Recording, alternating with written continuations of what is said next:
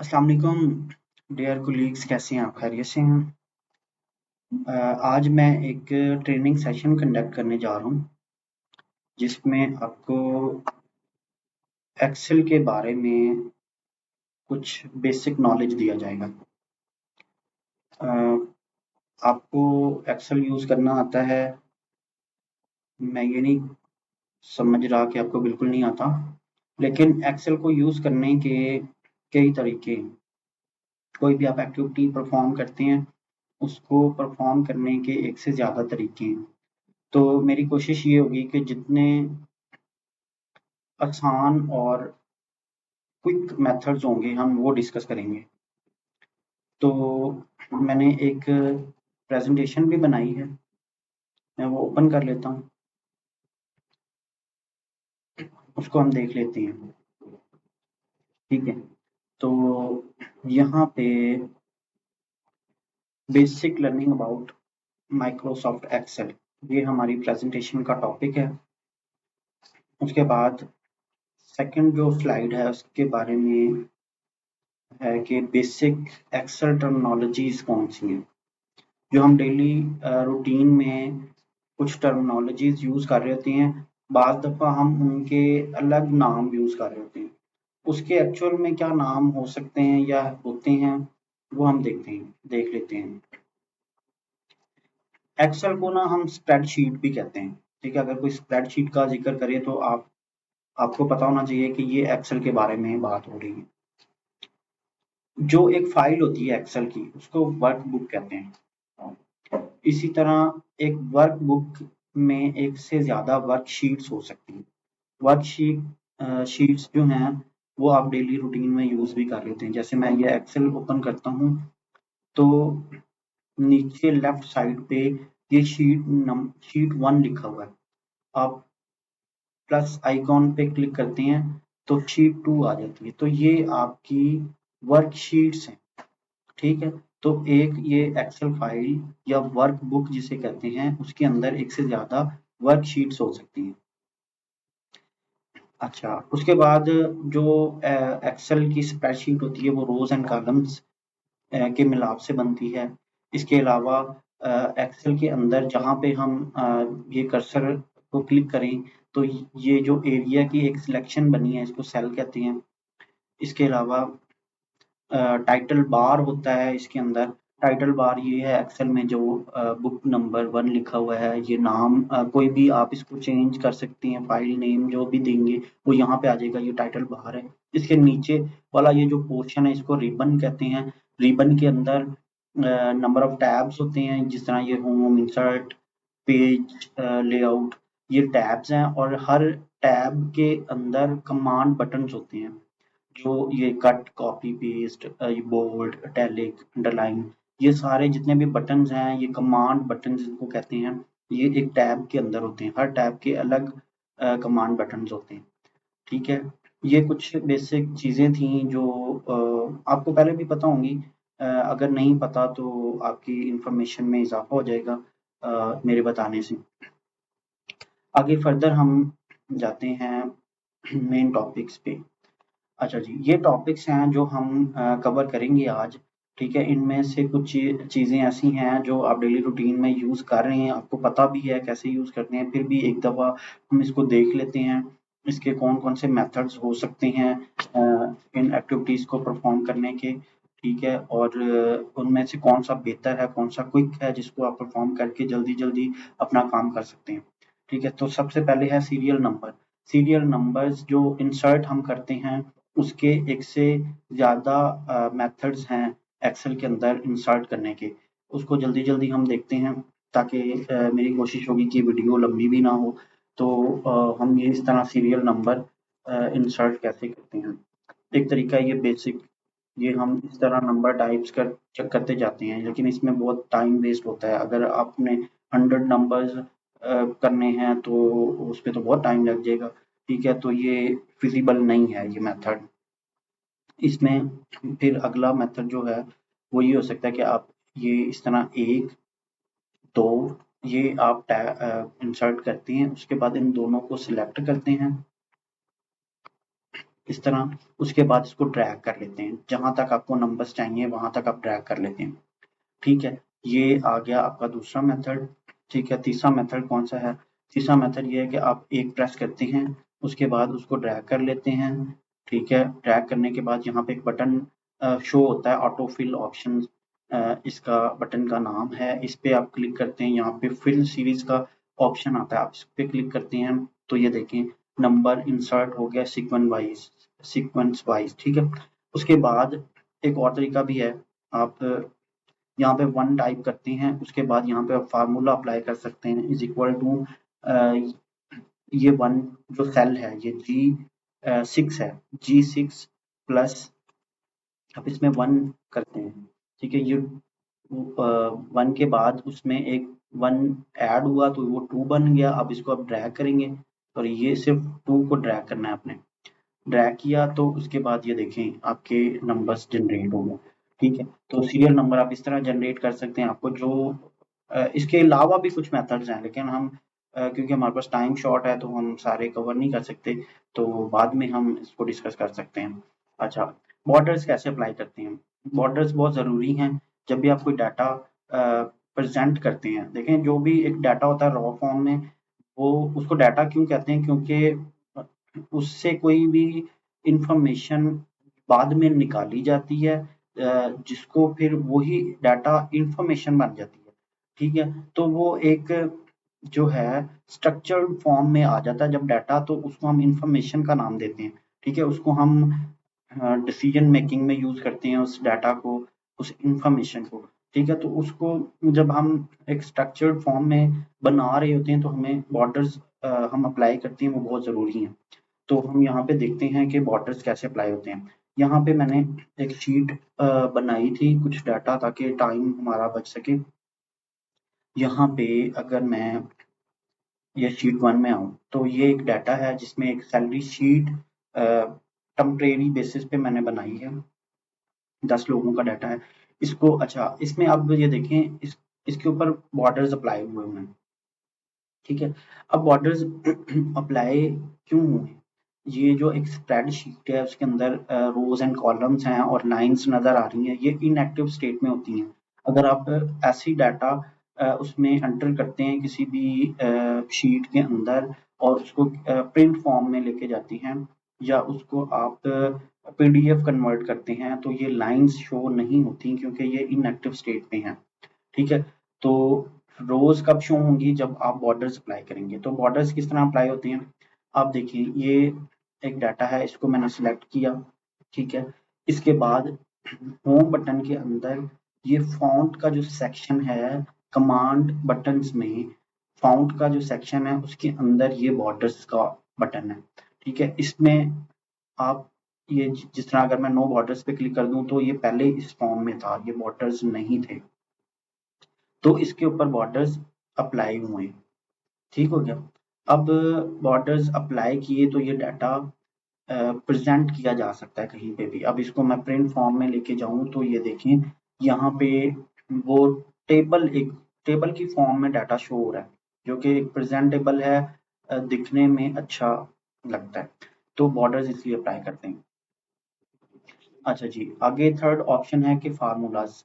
हमारी daily routine के अंदर हम काफ़ी फार्मूलाज यूज़ कर रहे होते हैं, जिसमें एक पहला जो फार्मूला जो सबसे ज़्यादा यूज़ होता है वो है सम का।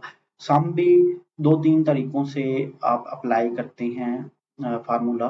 ठीक है, तो उसमें जो सबसे सही वाला मेथड है वो हम देख लेते हैं। ठीक है, हम यहाँ पे अगर इस डाटा को सम का फार्मूला लगाएं तो हम क्या करेंगे, इज इक्वल टू कोई भी फार्मूला जब अप्लाई करते हैं तो इज इक्वल टू पहले यूज करते हैं। ठीक है, उसके बाद हम लिखते हैं सम। सम लिखने के बाद हम ब्रैकेट स्टार्ट करेंगे, इस डाटा की सिलेक्शन करेंगे। ये डाटा को मैंने सिलेक्ट किया। ठीक है, ऊपर क्लिक करके ड्रैग किया, सिलेक्ट हो गया, उसके बाद ब्रैकेट क्लोज कर दी, ये सम हो गया। ठीक है, बाज़ दफ़ा हम क्या कर रहे होते हैं, हम ना मैनुअल तरीके से इसको सम कर रहे होते हैं। कैसे? ये इज इक्वल टू प्रेस किया, इस सेल पे क्लिक किया, फिर प्लस प्रेस किया, फिर सेकंड सेल पे क्लिक किया, फिर प्लस का साइन यूज किया, फिर तो इस तरह ये एक बहुत टाइम टेकिंग प्रोसेस है। ठीक है, तो आप मतलब कि उसको जल्द से जल्द करने के लिए वो फार्मूला यूज करें तो वो ज्यादा बेहतर है। ठीक है, उसमें ये होता है कि अगर आप वो फार्मूला यूज कर रही हैं और आप यहाँ पे एक रो एंटर कर देती हैं एक और, तो वो भी उसमें शामिल हो जाएगी उस फार्मूला में।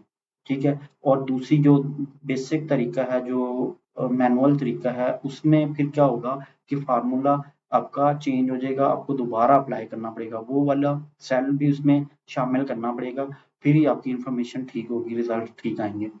तो हमेशा आपने सम वाला फार्मूला यूज करना है। ठीक है, एवरेज का फार्मूला आप यूज कर सकते हैं, इज इक्वल टू एवरेज। ठीक है, ये एवरेज आया, उसके बाद आप इसी तरह सेम जैसे सम यूज करते हैं, इसको सिलेक्ट किया, ब्रैकेट क्लोज की, ये एवरेज निकल गई। ठीक है, इसके अलावा हमारे पास कुछ कंडीशनल फार्मूलाज होते हैं जिसमें इफ से स्टार्ट होते हैं। ठीक है, तो आप वो कैसे अप्लाई कर सकते हैं, आप यहाँ पे अगर करते हैं, मैं कहता हूँ is equal to if bracket शुरू, और मैं कहता हूँ कि ये जो अमाउंट है, ठीक है, वो अगर ग्रेटर देन है 30,000, 30,000 लिखूंगा, तो उसके बाद कॉमा लगाऊंगा, तो उसके बाद स्पेस और इन्वर्टेड कॉमा स्टार्ट, और मैं लिख दूंगा यहाँ पे पास, कि अगर ये 30,000 से ज्यादा हो तो पास लिखा हुआ आ जाए, इन्वर्टेड कॉमर्स क्लोज, उसके बाद फिर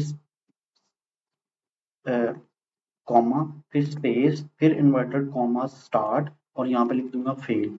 अगर ग्रेटर देन 30,000 है तो पास लिखा हुआ है, अदरवाइज फेल लिखा हुआ है।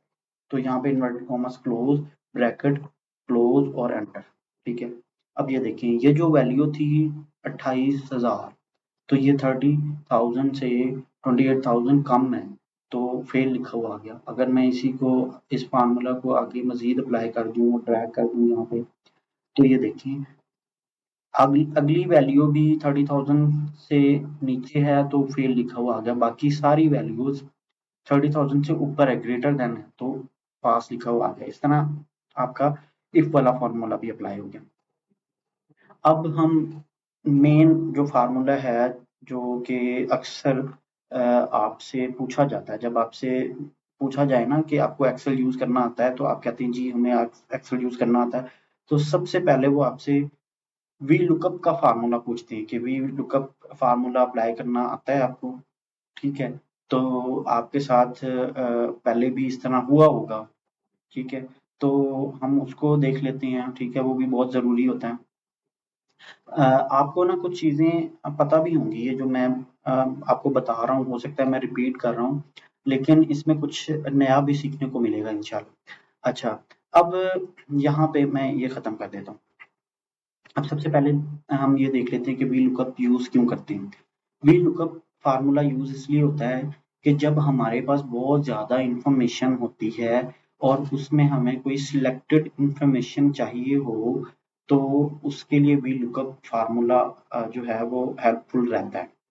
कैसे? अभी मैं एग्जांपल देता हूँ। ये जो डाटा मैंने बनाया है कि एक ये सैलरी शीट, ठीक है? अब सैलरी शीट के अंदर क्या होता है कि बाज़ दफ़ा, बल्कि यहाँ पे हमारे यहाँ पे नहीं होता इस तरह, अदरवाइज़ जहाँ कंपनीज़ में सैलरी दी जाती है, तो उनको सैलरी स्लिप भी दी जाती है, ठीक है? तो जहाँ पे एक्सेल वगैरह वर्किंग यूज़ होती है, जहाँ पे सॉफ्टवेयर में ये ऑप्शन मौजूद नहीं होता सैलरी स्लिप का, तो वो एक्सेल के ऊपर वो डाटा मेंटेन कर रहे होते हैं और एक्सेल के ऊपर सैलरी स्लिप जनरेट करते हैं, और वो within seconds salary slip generate हो जाती है।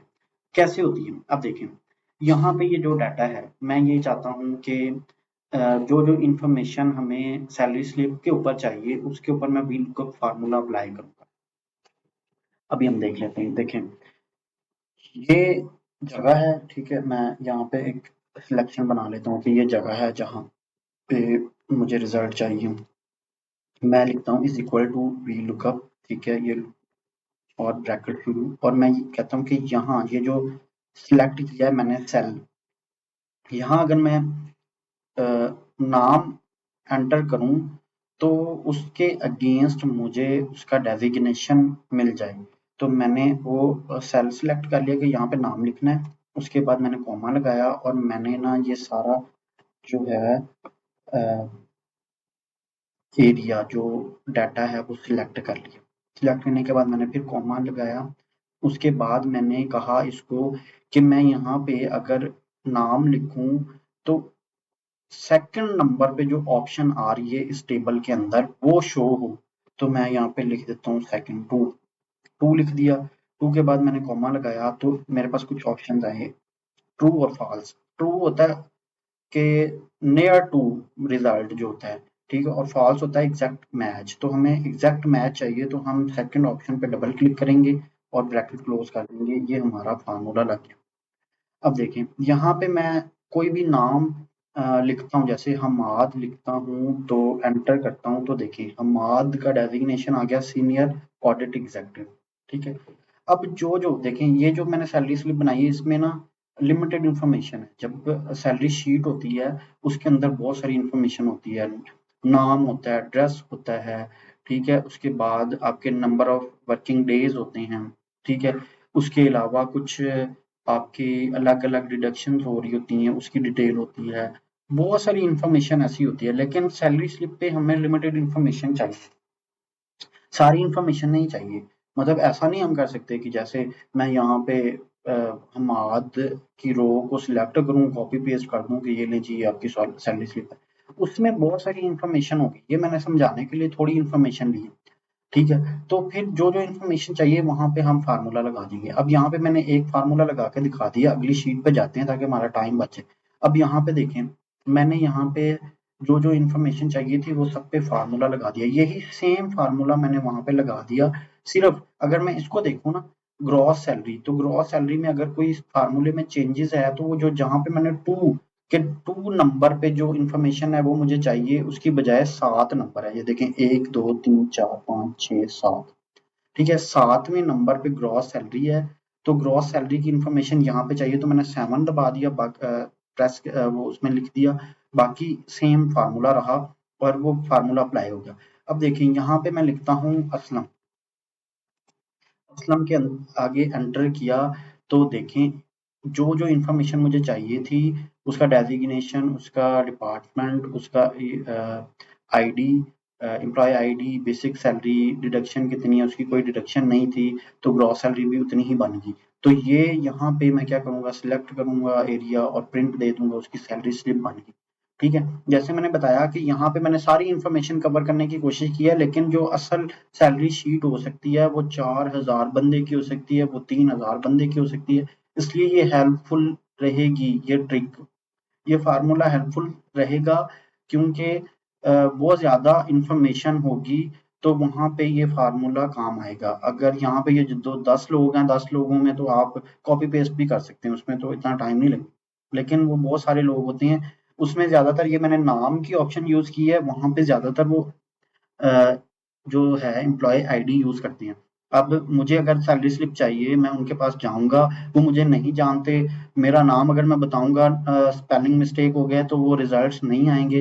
वो मुझसे पूछेंगे आपका एम्प्लॉय आईडी क्या है, मैं कहूंगा मेरा है 2022 या 2021, तो वो 2021 प्रेस करेंगे, मेरी सारी इंफॉर्मेशन ऑटो जनरेट होगी और वो मुझे प्रिंट दे देंगे, विद इन अ सेकेंड मेरा ये काम हो जाएगा।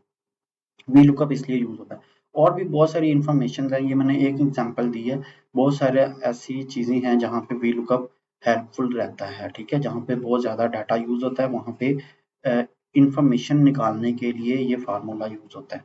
इसका आगे जो है ये एक बेसिक वर्जन है, ठीक है, इसका एडवांस वर्जन भी होता है, उसको हम बाद में डिस्कस कर सकते हैं। फिलहाल आप क्योंकि हमारे पास टाइम शॉर्ट है तो हम इसको बेसिक लेवल पे ही डिस्कस करेंगे। इसके बाद फिल्टर्स क्यों अप्लाई होती हैं, सॉर्टिंग, अलाइनमेंट, रैप टेक्स्ट, ये चीज़ें भी बहुत ज़रूरी हैं और रोज़मर्रा जो आपका यूजेज है उसमें इस्तेमाल हो रहे होते हैं या करने चाहिए। अब इसी चीज़ को हम देख लेते हैं, जैसे मैं ये शीट 1 पे आ जाता हूँ, ठीक है। अच्छा, यहाँ पे मैं कहता हूँ कि मुझे सिर्फ और सिर्फ ऑडिट स्टाफ का डाटा चाहिए, ठीक है, उसमें कितने लोग हैं, क्योंकि मैंने जिस तरह बताया कि एग्जाम्पल के लिए 10 लोगों का डाटा है, उसमें 3000 2000 1500 इतने लोगों का जब डाटा होगा तो वहाँ से ये चीज़ें आइडेंटिफाई करना या अलग सॉर्ट करना वो बहुत आसान बना देती हैं ये चीज़ें। जैसे मैं फ़िल्टर की बात करूँ, अब ये फ़िल्टर यहाँ पे अप्लाई करते हैं, इसको मैंने सिलेक्ट किया, यहाँ पे ये sort and filter homes tab के अंदर ही एडिटिंग सेक्शन जो है आपका वहाँ पे ये ऑप्शन है, इसको मैंने क्लिक किया तो ये फ़िल्टर आ गया, यहाँ पे फ़िल्टर क्लिक कर दिया। ठीक है, इसके अलावा आप इसको शॉर्टकट से भी अप्लाई कर सकते हैं। मैं इसको कंट्रोल सी करता हूँ और ये खत्म हो गया। ठीक है, मैं क्या करता हूँ control shift plus L press करता हूँ तो ये अप्लाई हो गया। ठीक है, इसका दूसरा तरीका भी है, वो मैं आगे जब शॉर्टकट्स हम डिस्कस करेंगे ना टॉपिक, तो उसमें मैं एक्सप्लेन करूंगा। अच्छा, ये मैंने अप्लाई कर लिया फ़िल्टर। अब फ़िल्टर में मैंने ऑडिट स्टाफ का डाटा लेना है, तो मैं डिपार्टमेंट में आऊँगा, यहाँ पे अनचेक कर दूँगा सब ऑप्शंस को और ऑडिट डिपार्टमेंट क्लिक करूँगा, ऑडिट का डाटा अगर चाहिए तो मैंने ये ओके किया, तो ये देखें, ये मेरे पास सिर्फ वो लोग आ गए जो ऑडिट डिपार्टमेंट से हैं। ठीक है, तो यहाँ से हम मेरे लिए बहुत आसानी होगी। इसी तरह दूसरे ऑप्शन चूज किए जा सकते हैं। अच्छा, अब एक चीज और मैं एग्जांपल देता हूँ आपको सॉर्टिंग की। सॉर्टिंग के लिए आप क्या करते हैं, एक डाटा है, आप वो पंच कर रहे हैं एक सिस्टम के अंदर, डाटा एंट्री कर रहे हैं, उसमें डिफरेंट पेजेस हैं जिसके ऊपर डिफरेंट डेट्स हैं। आप क्या करते हैं, एक तरीका तो ये है कि आप उन पेजेस को या उन डॉक्यूमेंट्स को सॉर्ट करते हैं पहले डेट वाइज। अब होता क्या है कि उसमें काफ़ी टाइम लग जाता है। ठीक है, फिर उसमें गलती भी हो सकती है। तो आप क्या करें, उसको बस पंच कर दें, जो मर्जी डेट आ रही है, पहले 31 आ रही है तो आप वो एंटर कर दें, उसके बाद 28 आ रही है, उसके बाद 1 आ रही है, उसके बाद 4 आ रही है, जो मर्जी आप डाटा एंटर कर दें। उसके बाद आप सॉर्टिंग की ऑप्शन यूज़ करें और उसको क्या करें, जिस तरह यहाँ पे ये सीरियल नंबर है, यहाँ पे अगर डेट होती तो मैं क्या करता, यहाँ पे क्लिक करता और शॉर्ट स्मॉलेस्ट टू लार्जेस्ट कर देता सॉर्ट। ठीक है, और वो सारी फाइल सॉर्ट हो जाती, हमें वो टाइम ज़ाया करने की ज़रूरत नहीं है। तो ये सॉर्टिंग इसलिए यूज़ आप कर सकते हैं। ठीक है, इसमें नंबर्स को भी जिस तरह अगर मैं चाहता हूँ लार्जेस्ट टू स्मॉलेस्ट, मैं ये क्लिक करूँगा तो ये देखें 10 9 8 7 इस तरह सीक्वेंस जनरेट होगी। ठीक है, जिस तरह आपको चाहिए वो आप ऐसे कर सकते हैं। ठीक है, इसके अलावा ऑप्शन है आपकी अलाइनमेंट की। अलाइनमेंट ये देखें, यहाँ पे मैंने सीरियल नंबर्स को सेंटर अलाइन किया हुआ है ताकि ये डाटा खूबसूरत लगे, प्रेजेंटेबल लगे। ठीक है, इसी तरह ये जो हेडिंग्स हैं उनको मैंने अलाइन किया हुआ, सेंटर अलाइन। ठीक है, उससे वो दिखने में खूबसूरत लग रहा है, तो अलाइनमेंट इसलिए यूज होती है। रैप टैक्स है, रैप टैक्स के लिए देखें डिडक्शन और लॉन, ये वाली जो ऑप्शन थी, अगर मैं इसको वैसे ही अगर मैं इसको रैप टैक्स ना करता तो ये बहुत बड़ा कॉलम बन जाता, तो वो बहुत बुरा लगता। जैसे अगर मैं इसको रैप टैक्स खत्म करता हूँ और मैं इसको ऑटो फिट करता हूँ, तो ये देखें अब ये कितना बड़ा कॉलम लग रहा है, ये बहुत बुरा लग रहा है। तो मैं इसको क्या करता हूँ कि मैं जिस तरह इसको एडजस्ट करके उसके बाद मैं इसका रैप टेक्स्ट कर देता हूँ। ठीक है, तो ये देखिए, तो वो इस तरह जो आपका वर्ड है जो टाइप किया हुआ वो एडजस्ट हो जाता है और वो दिखने में खूबसूरत लगता है। इसी तरह मर्ज एंड सेंटर, ये ऑप्शन भी अक्सर यूज होता है। अगर हम इसका जल्दी से एक रिव्यू लें कि आपसे कहा जाता है कि हमें 2 ब्रांड्स की 1 महीने की डिटेल चाहिए। आप क्या करती हैं, जैसे यहाँ पे मैं कहता हूँ आप सितंबर का डाटा दें 2 ब्रांड्स का, C1 और M1 की एग्ज़ाम्पल ले लेते हैं। ठीक है, अब M1 ठीक है, अब ये देखें, ये अगर देखा जाए तो यहाँ पे ये लग रहा है कि ये C1 जो है वो सितंबर की इंफॉर्मेशन, और ये M1 किस चीज़ की इंफॉर्मेशन है कोई पता नहीं चल रहा। तो क्या करेंगे, हम ये दो ऊपर वाले जो सेल्स हैं उनको आपस में मर्ज कर देंगे, तो ये प्रेजेंटेबल लगेगा और समझ आएगी कि ये सितंबर का मंथ है और उसमें 2 ब्रांड्स हैं, उनकी ये इंफॉर्मेशन बताई जा रही है। ठीक है, तो इसको मज़ीद आप अगर हम बनाते तो आपको वो ज़्यादा अच्छा समझ आता या दिखने में अच्छा लगता। तो ये समझाने के लिए आप ये चीज़ें यूज़ कर रहे होंगे, तो मैंने थोड़ा-सा उसका ओवरव्यू दोबारा रिवाइज़ किया है। अच्छा, ये चीज़ होंगी। उसके बाद शॉर्टकट्स भी आपका बहुत ज़्यादा टाइम बचाते हैं, ये यूज़ करने चाहिए। ठीक है, शॉर्टकट्स का कैसे पता चलता है? कुछ लोग याद करते हैं, गूगल पे देखते हैं, गूगल पे बहुत सारे शॉर्टकट्स मिल जाते हैं वहाँ से। मैं ये कहता हूँ कि गूगल से शॉर्टकट्स ढूँढना, याद करने की ज़रूरत नहीं है, ठीक है? आप यहीं से आप चेक कर सकते हैं। देखें, मैं चाहता हूँ कि मैं इसकी जो है ये फ़िल्टर अप्लाई करना चाहता हूँ। फ़िल्टर अप्लाई कैसे होगा? पहले फ़िल्टर से पहले ना मैं इसको आपको बताता हूँ कि पहले मैं इसका ये जो बॉर्डर्स हैं वो अप्लाई करने हैं, ठीक है? मैं बॉर्डर्स पहले ख़त्म कर ये मैंने बॉर्डर्स ख़त्म कर दिए। अब मैं चाहता हूँ कि मैं बॉर्डर्स इस पे अप्लाई करूँ और शॉर्टकट से ये अप्लाई करूँ। तो वो कैसे मैं करूँगा? अच्छा, वो आप भी यूँ करेंगे कि आप पहले इसकी सिलेक्शन बना लेंगे, सिलेक्ट कर लिया इस एरिये, उसके बाद आपको कैसे पता चलेगा कि इसका शॉर्टकट क्या होगा? आप ना ऑल्ट बटन प्रेस करेंगे अपने कीबोर्ड पे। आपके पास कुछ कीज़ शो हुई हैं, जो नई कीज़ हैं, जो पहले शो नहीं हो रही थी। हिडन कीज़ थी जो अब शो हो रही हैं।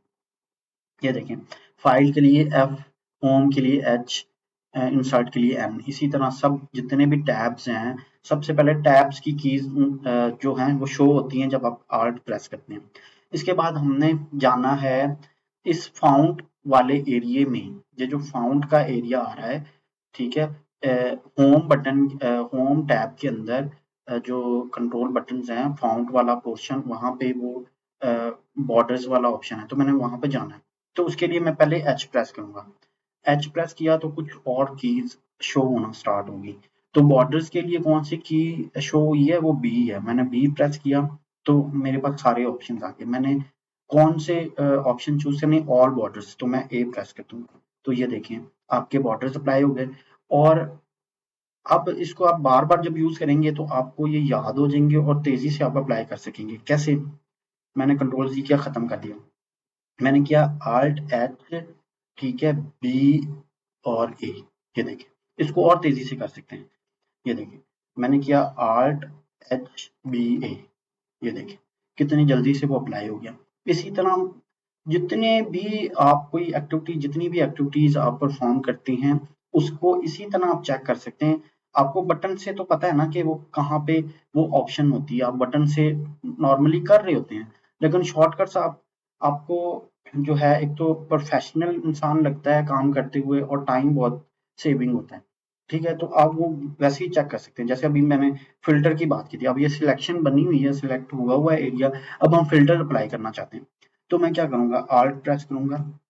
उसके बाद देखिए, वो होम टैब के अंदर ही फ़िल्टर की ऑप्शन है, तो मैं एच प्रेस करूँगा, तो मेरे पास कुछ और कीज़ शो होगी। तो सॉर्ट एंड फ़िल्टर में एस शो हो रहा है। एस प्रेस किया तो ये देखें एफ प्रेस किया, ये देखें फ़िल्टर लग गया। अब इसको मैं तेज़ी से अगर करना चाहूँ, जैसे आप बार-बार जब करेंगे तो आपको याद हो जाएँगी ये चीज़ें। कंट्रोल ज़ी से मैंने हटा दिया। मैं क्या करता हूँ? एल्ट ऑल्ट एच, ठीक है, फिर एस और एफ, ठीक है? इसको और तेज़ी से कर सकते हैं, ठीक है? ऑल्ट एच एस एफ, जितना मर्ज़ी आप तेज़ी से कर लें, ठीक है? तो ये चीज़ें आपको इस तरह याद हो जाएँगी, ये जो शॉर्टकट्स हैं। कुछ शॉर्टकट्स आप डेली यूज़ भी कर लेते हैं, कॉपी, कट, पेस्ट, इस तरह की चीज़ें, ठीक है? बोल्ड। अच्छा जी, उसके बाद ना प्रिंट एरिया जब आप सिलेक्ट करते हैं, आप कोई भी फाइल प्रिंट करते हैं, उसमें ना आपको कन्फ्यूजन्स हो रही होती हैं। क्या होता है कि जब आपका डाटा एक पेज से ज़्यादा होता है, तो उसमें क्या होता है कि आप को वो पेज एडजस्ट करना पड़ता है। एडजस्ट करने से क्या होता है कि आपका टाइम ज़ाया होता है। आप बाज़ दफ़ा आपके पेजेस भी ज़ाया हो रहे होते हैं। आप प्रिंट करते हैं, वो एक पेज पे होना चाहिए, वो इन्फॉर्मेशन वो 2-3 पेजेस पे चली जाती है। फिर आप उसको एडजस्ट करते हैं। इस तरह मतलब बहुत टाइम टेकिंग प्रोसेस बन जाता है ये चीज़। तो मैं आपको बताता हूँ कि आप आसानी से कैसे कर सकते हैं। ये मैंने जो है सिलेक्ट किया हुआ है उस डाटा को। अब मैं क्या करता हूँ, इसको मैं जाता हूँ पेज लेआउट में। सबसे पहले तो मैं ये प्रिंट एरिया सिलेक्ट करूँगा। मैंने ये पेज एरिया सिलेक्ट कर लिया। ये एरिया मैंने प्रिंट करना है। उसके बाद अगर देखें, मैं ये यहाँ से प्रिंट कर देता हूँ ना, ये देखें बेसिक सैलरी तक इन्फॉर्मेशन आ रही है, उसके बाद वो कट गई है। अब एक ऑप्शन है मार्जिन्स, ये नीचे देखें, ये वाली, ये ऑप्शन यूज करते हुए मैं मार्जिन को एडजस्ट करने की कोशिश करूं तो भी मे बी ये ना हो, क्योंकि वो 2 कॉलम्स हैं जो मिस हो गए हैं, जो कट गए हैं। एक तो पेज की जो है ना प्रेजेंस, वो डिस्टर्ब हो जाएगी अगर मैं इस तरह करता हूँ, ठीक है, वो खूबसूरत नहीं लगेगा, अजीब सा लगेगा। दूसरा, फिर भी हो सकता है एडजस्ट ना हो, टाइम फिर भी ज़ाया हो जाएगा। अब मैं क्या करता हूँ, मैं जो असल ऑप्शन है वो उसकी तरफ जाता हूँ, जो सही ऑप्शन है। यहाँ पे ये देखें, स्केल टू फिट की ऑप्शन आ रही है। इसमें आप ये जो विड्थ है, विड्थ की ऑप्शन है। एक एक तरीका ये है कि ये स्केल को आप रिड्यूस कर दें, आप 100% की बजाय 95 90 कर दें, ठीक है, उससे भी ये मामला ठीक हो जाएगा। लेकिन सही जो तरीका है ना वो ये है कि आप ऑटोमेटिक पे क्लिक करें और यहाँ पे पेज 1 कर दें, और देखें ये मैं कंट्रोल पी कर रहा हूँ, तो ये देखिए अब सारी इंफॉर्मेशन उस पेज के अंदर आ गई। मैं अगर इसको पीडीएफ ले लूँ या मैं इसका प्रिंट ले लूँ तो ये एक पेज के ऊपर आ जाएगी। इसी तरह अगर इसकी रोज भी ज़्यादा हैं, बाद दफ़ा ये होता है कि आप सिलेक्ट करते हैं, प्रिंट देते हैं, तो 1-2 रोज अगले पेज पे चली जाती हैं, जो बहुत बुरी लगती हैं। आप चाहते हैं कि उसको एक ही पेज पे रहना चाहिए, तो आप क्या करते हैं, ये हाइट इस पे, इसको भी पेज 1 कर देते हैं, ठीक है। उसके बाद ये देखिए 84 रिड्यूस हो गया स्केल, और आप इस तरह प्रिंट करते हैं तो वो, क्योंकि ये तो डाटा ही थोड़ा था, तो आप कोई डाटा इस तरह चूज कर सकते हैं उसको प्रैक्टिस के तौर पे, ठीक है। तो इस तरह आप प्रिंट जो है वो अच्छे तरीके से कर सकते हैं कोई भी डॉक्यूमेंट। उसके बाद एक फ्री स्पैन की ऑप्शन होती है, उसको हम कब यूज करते हैं, जैसे ये डाटा है और हम चाहते हैं कि जब बहुत सारी इंफॉर्मेशन होती है, जैसे 100 लोगों की इंफॉर्मेशन थी, अब जब ये नीचे स्क्रॉल डाउन करते हैं, ठीक है, तो वो देखिए ऊपर जो टाइटल थी रो, आपकी टाइटल रो, वो नजर नहीं आ रही। अब अगर मैं यहाँ पे क्लिक करता हूँ ये जी में, तो मुझे नहीं पता कि ये कौन सी इंफॉर्मेशन है। तो आप क्या करते हैं, इस हम इसको फ्रीज कर सकते हैं। ये जो यहाँ पे लेफ्ट साइड पे 3, यहाँ पे मेरा कर्सर है, यहाँ पे मैं क्लिक करूंगा, ये सारी रो सिलेक्ट हो गई है, ठीक है। इसको मैं क्या करूंगा, यहाँ पे व्यू के अंदर आऊंगा, व्यू टैब, और उसमें फ्री स्पैन्स की ऑप्शन में जाऊंगा और पहली ऑप्शन सिलेक्ट करूंगा। तो ये देखें, ये जो ऊपर वाली आपकी रो थी, टाइटल रो, वो आपकी फ्रीज हो गई है, वो हम आपको नजर आती रहेगी, आप जितना मर्जी नीचे चले जाएं।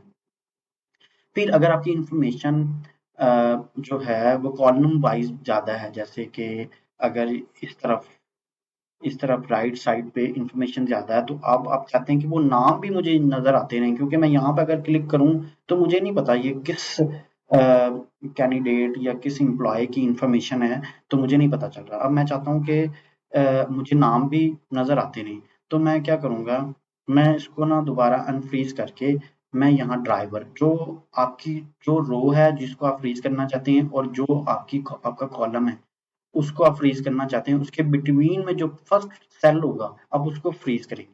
मैंने ड्राइवर पे क्लिक किया और मैंने फ्रीज पैन पे वही पहली ऑप्शन चूज कर ली। अब ऊपर वाली रो भी फ्रीज हो चुकी है, और ये कॉलम भी जो आपका है सेकंड कॉलम, बी कॉलम, ये भी फ्रीज हो चुका है। ये देखिए, ये नाम आपके नजर आते रहेंगे, ठीक है।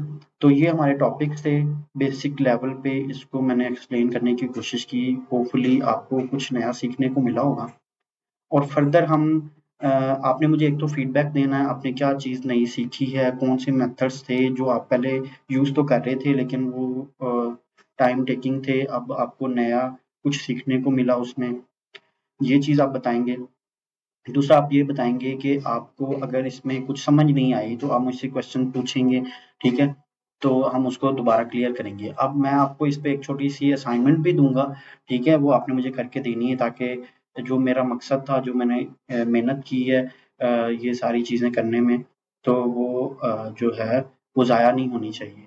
तो आपको कुछ जो है वो सीखने को मिला है या नहीं, ये मुझे उससे पता चलेगा, ठीक है। इसके अलावा भी कुछ हमारे ट्रेनिंग सेशंस होंगे, ठीक है, उसका टॉपिक भी मैं आपको बताऊंगा, और उसकी भी इसी तरह वीडियो हम बनाएंगे। अल्लाह हाफिज़।